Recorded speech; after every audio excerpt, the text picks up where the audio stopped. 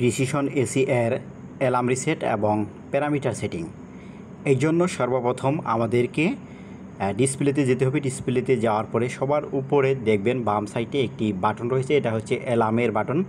Alarm আসলে এখানে লাল বাতি জ্বলবে এবং অ্যালার্ম আসলে সেটা ডিসপ্লেতে দেখাবে। এখন কোনো অ্যালার্ম নাই, তাই নো অ্যালার্ম অ্যাক্টিভ এই লেখাটা দেখাচ্ছে।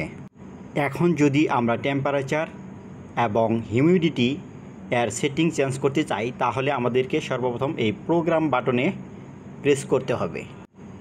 প্রোগ্রাম বাটনে প্রেস করার পরে ডিসপ্লেতে কিছু ফাংশন দেখাবে। ডিসপ্লে এর ডান পাশে 3টি বাটন রয়েছে। নিচেরটি হচ্ছে ডাউন বাটন, মাঝখানেরটি হচ্ছে ইন্টার বাটন এবং উপরেরটি হচ্ছে আপ বাটন। তো আমি প্রথমেই ডাউন বাটন প্রেস করে নিচের দিকে আসব। আসার পরে এখানে সেট পয়েন্ট রয়েছে, এই সেট পয়েন্টে চলে আসার পরে ইন্টার বাটন প্রেস করব। এখানে টেম্পারেচার এবং নিচে হিউমিডিটি এর সেট পয়েন্ট রয়েছে। এখন আমি যদি এই টেম্পারেচার এবং হিউমিডিটি বাড়াতে চাই, তাহলে আমাকে প্রথমেই মাঝের ইন্টার বাটন প্রেস করতে হবে। ইন্টার বাটন প্রেস করার পরে দেখবেন যে টেম্পারেচার এবং আরএইচের যে ডিজিটগুলো আছে এগুলো চেঞ্জ হবে। এই যে দেখেন, আমি এখন টেম্পারেচার চেঞ্জ করব, এই জন্য ইন্টার বাটন প্রেস করে টেম্পারেচারে চলে গেছি এবং আপ বাটন প্রেস করে এই টেম্পারেচারটা বৃদ্ধি করলাম 24 ডিগ্রিতে। এবং টেম্পারেচার সেটিং কমাতে হলে ডাউন বাটন প্রেস করে এর সেটিং কমাতে হবে। এবং এই সেটটি ফিক্স করতে হলে আমাকে মাঝখানের ইন্টার বাটন প্রেস করতে হবে, তাহলে এই প্যারামিটারটি সেট হয়ে যাবে।